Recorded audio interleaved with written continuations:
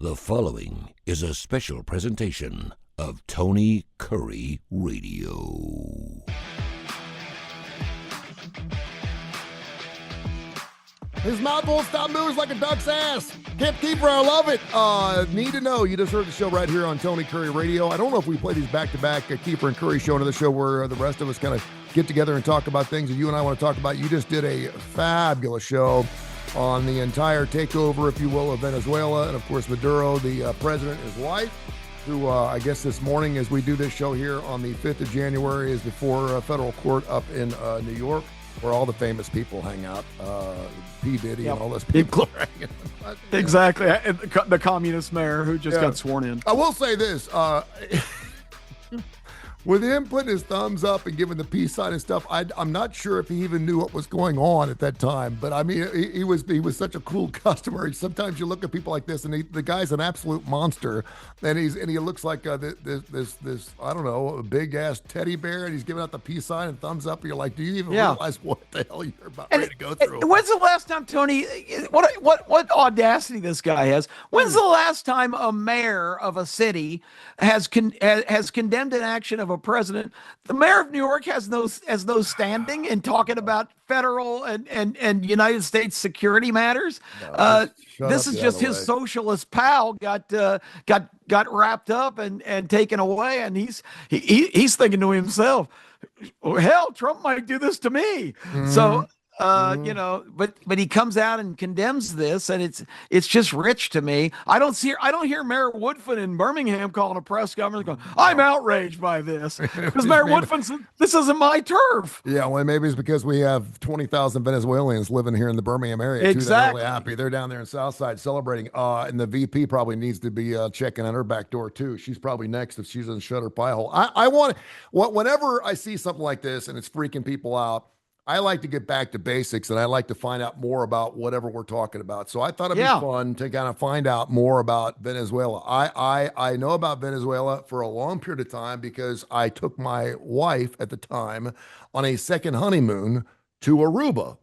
Nice. Aruba is not in the hurricane belt at all. It's never been hit by a hurricane. That's why it's so safe, and that's why it's so expensive. But Aruba is 16 miles north of Venezuela. And so, and I saw several people here in the Birmingham area who are actually down there on honeymoons and stuff, and they're trapped. They can't get out. And I'm thinking to myself, it's not a bad place to be trapped because the weather there is fantastic. It's beautiful. You can walk around the entire island. There's giant iguanas that are unbelievable. There's goats everywhere. It's like Key West times 10 with less gay people on it. It's just fantastic. It's a beautiful country, but I'm thinking to myself, they were actually talking about, they could actually see the fireworks going off, if you will, the bombs going off from Aruba, which was kind of heralding and kind of scary. But I wanted to find out some more details about Venezuela that I wanted to share with you that I did not know about Venezuela. You ready for some of these? Yeah, absolutely. Did you realize, well, first of all, that independent journalism has been restricted there for a long period of time? They don't have anybody writing newspapers. Maduro didn't have that, so that hasn't been happening in a long time. Yeah. I've seen enough of this on the History Channel, but the everlasting storm is there in Venezuela. You know what I'm talking about? No, I do not. It's the most lightning strikes anywhere on the earth in Venezuela. 160 days a year, they get up to 12,000 lightning strikes an hour. Holy cow. In this area. If you want to look up, just look up the everlasting storm. It's amazing. And you can sit down there and actually watch it. It happens again more than half of the year. And you can actually people put chairs out and you can watch for hours and hours and hours. And it is nonstop lightning. How about that? 12,000 lightning strikes an hour. Also, the world's highest waterfall is in Venezuela. I did know that. That's just one of those trivia picked up in a trivia contest somewhere. Mm-hmm. Yeah, 3,212 feet. I used to even know what it was called. I forgot. Mm-hmm. Do you know what they pay for a gallon of gasoline in Venezuela? Oh, it's got to be $12 or $13. Per gallon? Yeah. In Venezuela, it costs 4 cents a gallon for gasoline in Venezuela. Really? It is 1 penny per liter. I looked it up this morning just to see how much it's changed. Obviously, they have the biggest reserves. 17.9% of all oil reserves are out of Venezuela. Think about that. Think about that Yeah, country. Think it's about how small it unbelievable. is. I mean, it's And right I there. guessed high because inflation is so out of control there. I wonder what a loaf of bread costs. No doubt. That's the one thing that has always been low. And you get gasoline. It is 1 penny per liter, which comes out to about 4 cents a Well, gallon for it's nice to gasoline. know that they're not shipping all of their fuel that they I refine know, right? to China and India and Iran and More than well, Iran Saudi doesn't need it. Arabia, more than China, more than any other country. 17.9, 18% of all of our oil in the world comes Yep, out of that Venezuela, country. unbelievable. Which should say we got more than enough, right? Which went me back in 1950. Venezuela was the richest country in the world per capita Yep, in yep. There you 1950. go. Which I mean, again, if you just, I mean, you got and they've got iron ore, they've got gold, they've got silver, they've got all these minerals. I mean, they've got more than they need, which is unbelievable. Venezuela's home of the capybara, the world's largest rodent. Have you ever seen that thing? It's a, I've seen a picture of them. Yikes! the nasty looking, looks like a giant New York rat, is what it looks like. But it is one, it is big. If you They're put yeah, our heads together, it's unbelievable. they're gigantic. Venezuela was the first country ever to abolish the death penalty back in 1863. It has not been legal in Venezuela since 1863 in the death penalty, which I thought was Well, very, I very. promise you, this regime has executed the death penalty, and I use executed on purpose there. Anybody who's counter to what they want to do, I guarantee you they've disappeared. So it might not be a judicial situation, but there's been plenty of unexplained deaths in Venezuela. You got that right.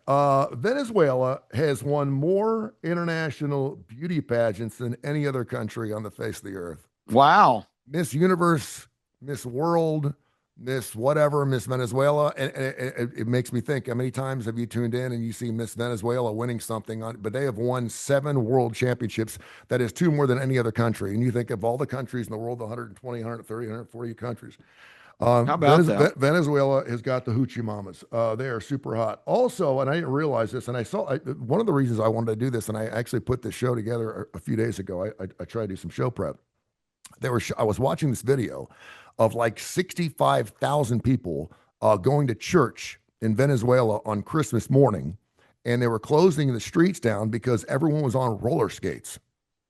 This is something in Venezuela it's a Christian Christmas tradition. Yep. It's about 50% Christian, 50% Protestant. It's about cut down the middle.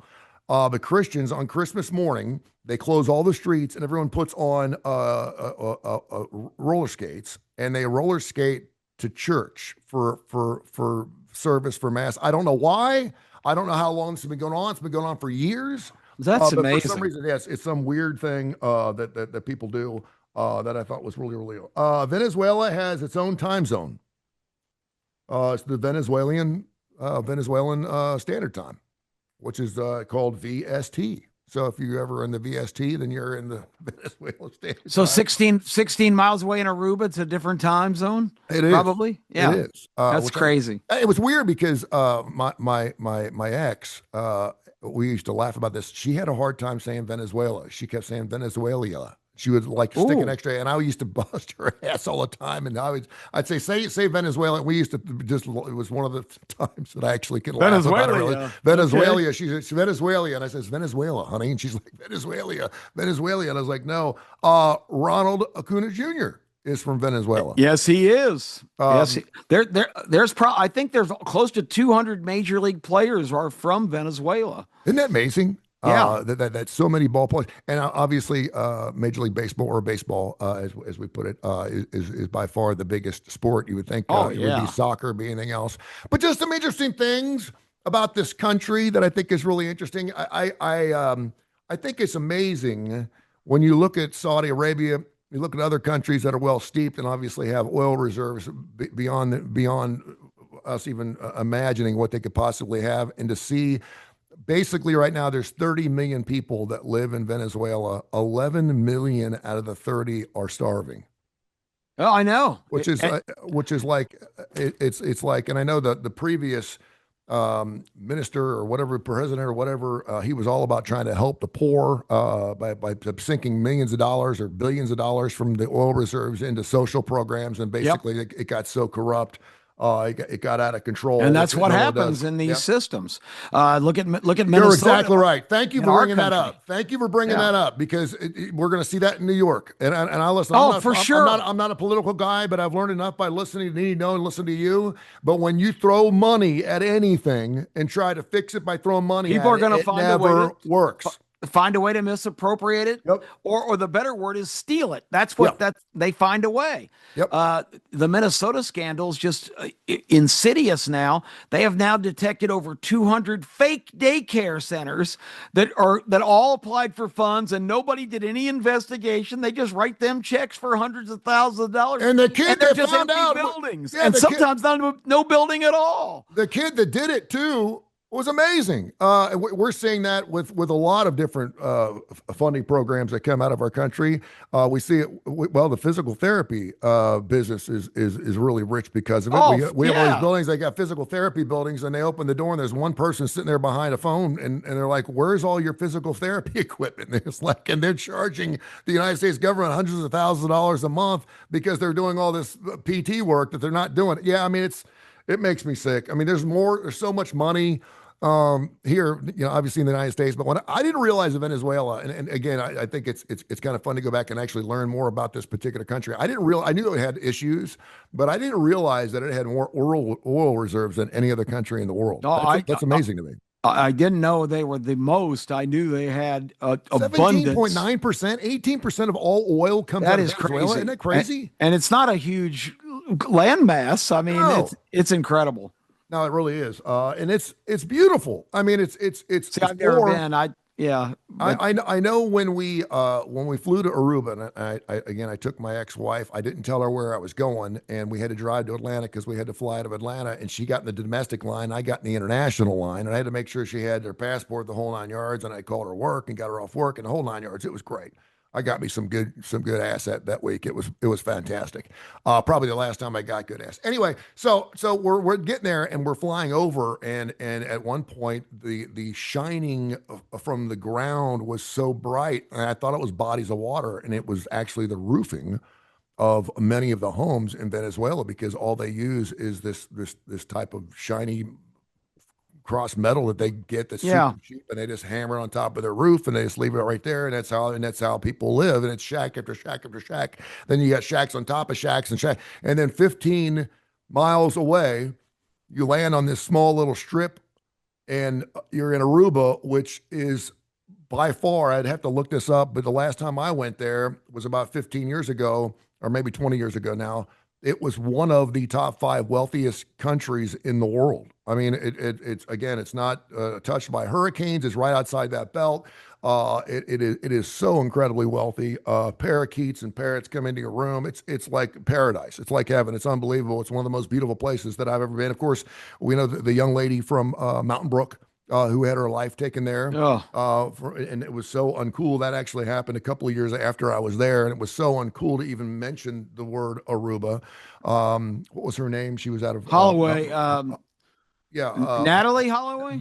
Natalie Holloway. And that scumbag, who's, Oh, but I mean, he was a born silver spoon in the mouth, and of all places to do that, it was Aruba, where he'd have to worry about spending money and everything else, and yeah, this, I mean, what a tragedy. and it's funny. This is a little bit of a departure, but I Go just for want it. to mention it real Yeah. quick.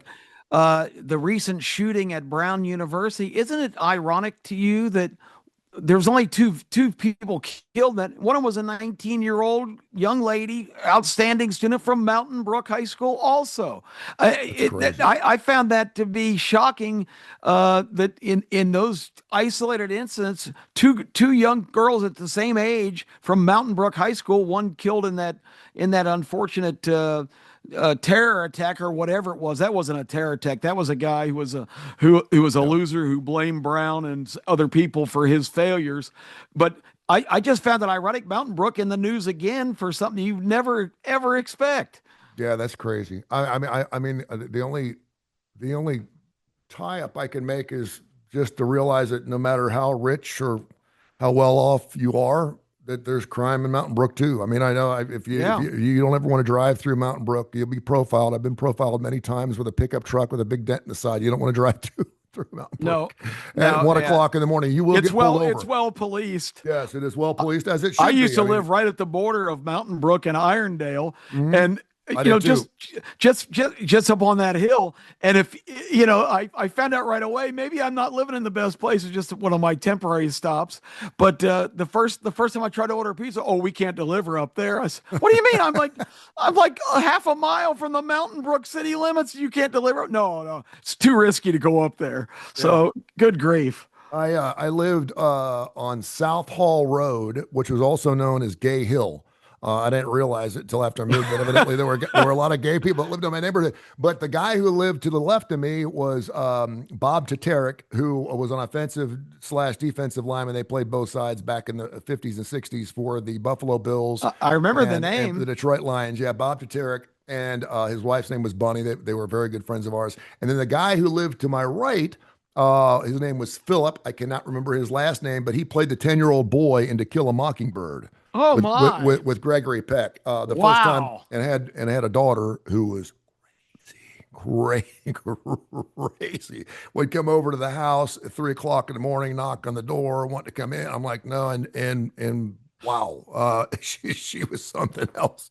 But yeah, I thought, what are the chances of me living between a guy who played in the National Football League, and back then, you had to work year round. Oh, He wasn't, and I'd say, what happened when you broke your fingers? He's like, you kept playing. I mean, yeah. we didn't have concussions. We didn't have any of that crap. You wouldn't come out of the lineup for anything. Someone might No, take your job. exactly. You're exactly Ask right. ask Wally Pipp in 1927. He had a stomach ache, and he says, told Miller Huggins, the manager, I can't go today. He goes, okay, Gary, get in there. Lou Yep. Gehrig played 2,603 or whatever consecutive games. Sorry, Wally Pipp, you're out of here. One of the great stories in Major League Baseball for sure. But yeah, I never forget that. And he came over.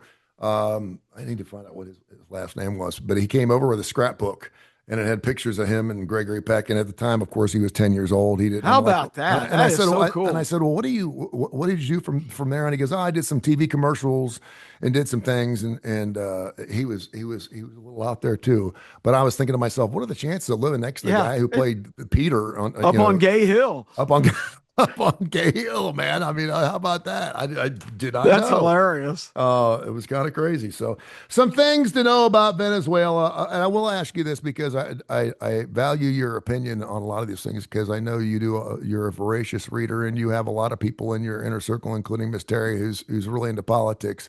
But Oh yeah, we had an extensive conversation yeah. about this. How are we going to run? How are we going to run this country? Obviously, it'd be best if the vice president would just do what we're asking her to do, but it doesn't look like she's going to Yes. play nice.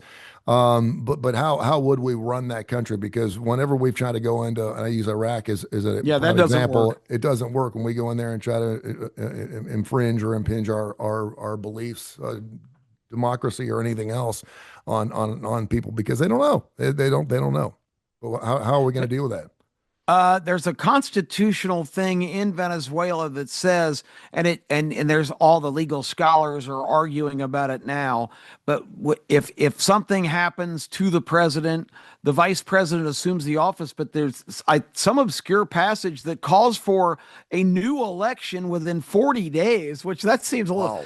Wow. I've got to verify that because I've seen it in two different places, but. If she doesn't cooperate right away, it looks like maybe they've got some wiggle room because you've already mentioned how the Venezuelan people, and right now there's not wild celebrations in the street in Venezuela so much because they're still scared to death that the thugs that have the secret police and all the people that have monitored their activities, they really haven't cut loose yet. So we don't even Yep. know how those people are going to react. But as soon as they see that this is a different deal, I look for if this vice president who stepped in, who goes all the way back to the Hugo Chavez era, the guy who won the original election and was elected a socialist president and took them in this direction. election, which is the same thing that's happened in every country this has ever taken place. But she goes all the way back to that era as, I guess, kind of a young revolutionary or whatever. So if she doesn't play ball, I look for our government to force special elections, and we'll see what the Venezuelan people decide to do. I wonder how many people will be motivated to go back, because if you talk to any Venezuelans, I only know a couple of them through the horse racing business, they still absolutely love their country. I can't tell you, Tony, how many race horses right now have Venezuela in their names. Really? These guys, every horse that they handle, they want to put that in. It's that like their tribute to their country that they, just is beloved by all these displaced citizens. So I look for a pretty large migration of people to go back. The oil companies that were already screwed the first time have already given Trump assurances they will, because Trump said, hey, right now, Venezuela is not profiting anywhere near as much for their oil. Not only that the fact that the government has seized it all, but he says, all this infrastructure we put in 25 years ago is completely outdated. If you modernize the refineries and the way that they get accumulate the resource, he said it's going to be 10 times more productive now. And all of our big oil companies are ready to go back in there because it's going to be big profits for them too. But everybody wins in that scenario. I think it's an amazing thing. You're starting to see new leadership even in the Middle East. For all those years, hardcore, doesn't want to do a deal with anybody from the Western world. All these young guys, the new guys in charge, especially in Saudi Arabia and United Arab Emirates and other countries that are ridiculously wealthy, they responded to Trump's visit like crazy, and it's amazing. Prosperity trumps a lot of this ideological stuff. If everybody's making money and doing well, all of a sudden you're not all ideological about your type of government anymore. And I think that's the plan, is to bring back the good times there. I was shocked to hear that, and it's good that they produce so much energy and gas is so cheap, but you can't afford anything else. So when people adjust back to that lifestyle and we force an election, let the Venezuelan people, make their decision and stay as long as it takes to make sure the country is stable. There were so many questions for reporters. How are we going to run this country? I think oversee is a better word for it. I don't think any American aspires to run the country. I think though, to ensure stability is in place before just abandoning it, which is the mistake we made in Iraq when we displaced Saddam Hussein. We just left a big vacuum there, anxious to pull all of our people out, and it was a big mistake. And I think a lot of these people, Trump has surrounded himself this time after making terrible errors in 2016 and trusting Washingtonites. He's brought in all of these all-stars, super achievers from all walks of life. I think these people have a lot better perspective of how to do this than when we've tried to do it before. I don't think nation building is the idea. I think giving the country back to the Venezuelans who want to get back to the life that they enjoyed before, the life you described, and the life they're celebrating the possibility that they can resume. I think that's the plan. And what makes us different, and again, he was talking about turning the Gaza Strip into the Riviera too, and then maybe he could do that with Venezuela. Any other country out there, and you know who I'm talking about, if they were in the position that the United States was in, it wouldn't be Venezuela for very long. It would be Russia too. It would be, because they've got oil reserves that I didn't realize they got 20% of all the oil. So who wouldn't want that? So the fact that the United States just found a wallet with $100 bills on it and they're returning it with nothing missing should tell you just how good the United States is and how we're doing it. What about this Maria Machado woman? Tell me about she's anti-Venezuela, whatever, blah blah blah blah. She reminds me of AOC a little bit, just in the fact that she's such a loudmouth and she's saying all these different things. Well, they gave her the Nobel Peace Prize, I know, right? Which is absurd. But all the noise she's making is absolute opposition to what they've allowed to happen in her country. So, while she is in that same kind of area where, she always wants to be heard, she's showing a lot of courage because, like I said in Need to Know, I'm surprised she survived this long because people like her usually would be dealt with. I don't know how she has managed to stay. Maybe she does this from outside the country some, but right now, it would seem to me she represents the feelings of more Venezuelans. All these people celebrating, probably are, maybe she's a little bit of their version of Donald Trump. Maybe not somebody you necessarily like or agree with in terms of style or how they get things done. But at the end of the day, would be a vocal, real leader for the country and probably reflect the values and the wishes of regular Venezuelans. So while she's a rabble rouser, at least her wrath was pointed in the right direction. And Trump says she seems to be a nice lady, but I don't know if she can run a country. which is good. Yeah, she has no political background. She's just an activist, but she really is. But she'd probably be better off running that country than Maduro was. All right, we got lots of football this weekend. Miami, Ole Miss, Oregon, Indiana, our Final Four. And then, of course, we just found out what an amazing game that was between Pittsburgh and Baltimore. I hope you had a chance to check out the last. I watched it. It was amazing. Watched it. Greatest last game of any NFL season. The two different halves. So the first half was just, it was like watching paint dry. It was just awful. And the second half, it just got completely out of hand. That's how football is. That's how Ole Miss beat Georgia in the playoff game. Yep. Georgia made one fatal mistake. They got in a backyard brawl, free for all Wild West shootout with a team. That's the only way they could win that game. If Georgia just would have lined up and just pounded them physically and not gotten lured into that kind of a pissing match, they'd win. It was the same thing with the Ravens last night.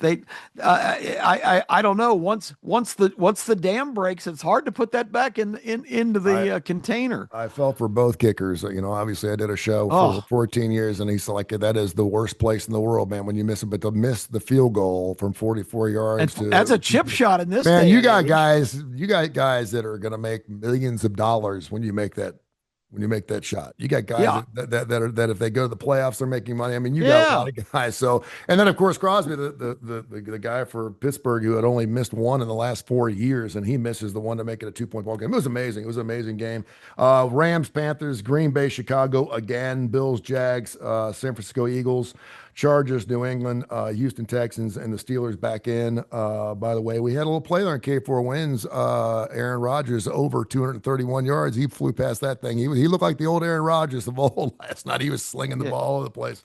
So I thought there were three absolute locks yesterday. I know the Falcons better than anybody in the country. I can tell you. I predicted the week before the Falcons will play their best game of the year against the Rams. They're on Monday Night Football. You heard Case on our podcast saying the Falcons are a disgrace. They've got probably as good a personnel as anybody in the league, and they're 8-9. It's just it. And I said earlier they hired the wrong coach, and it really has come back to bite them. But I knew the Saints would cover yesterday. That is so typical Falcons. Beat the Rams, who were at the time the number one seed in the playoffs, and come back, and they did win the game, but they didn't come close to covering. Won 19-17, which even surprised me. But how bizarre was that? The Buccaneers had to win on Saturday to have a chance to win the division, and it came down to two teams who were eliminated to decide who was going to go to the playoffs. Isn't it great? Isn't it great? I love that. Yeah, I saw seeing Baker Mayfield sit around his kitchen table. What a bummer. It was. You did your job. Right. You beat the Panthers, who are now they're going to the playoffs. No doubt. They lose 4 of their last 5, and they're going to the playoffs. And by the way, it's amazing. 3.5, 3.5, 3.5, 1.5, 1.5. And then there's a 10.5. That would be the Rams over the Panthers. And then, of course, in the college bowl, both lines now at 3.5, Miami over Ole Miss and Indiana over Oregon 3.5. So some close ball games coming up. We'll get into it on the starting lineup on ABC 3340. We also got K4Wins.com. We do a show on Fridays and Tuesdays at 10 o'clock Central Time. We'll do that again tomorrow morning, so we'll get after it and look forward to doing that. My friend, thank you so much. Great show for the New Year's. A great way to kick off 2026. Look forward to having a stellar week with you. One final thought for Alabama fans. Nick Saban's fingerprints on all 4 coaches in the finals. Cignetti was there 2007 to 2012. Cristobal 2013 to 2018. Our boy Pete. Pete Golding, Legends man. Pete Golding was there for 4 years up until 2023. And if that's not enough, of course, you've got Dan Lanning, who came out of school and was a graduate assistant to start his career at Alabama. So Nick Saban, I know it's little consolation, Crimson Tide, but his fingerprints are all over this Final Four. And I'm sure Kai would bring up the fact, Bama fans, Nick Saban is no longer coaching anymore. We realize it, but he still lives. He still lives, brother. He's still out there. Yep, it's been fun. Thanks. All right, well, get out of here. Thank you, man. Appreciate you.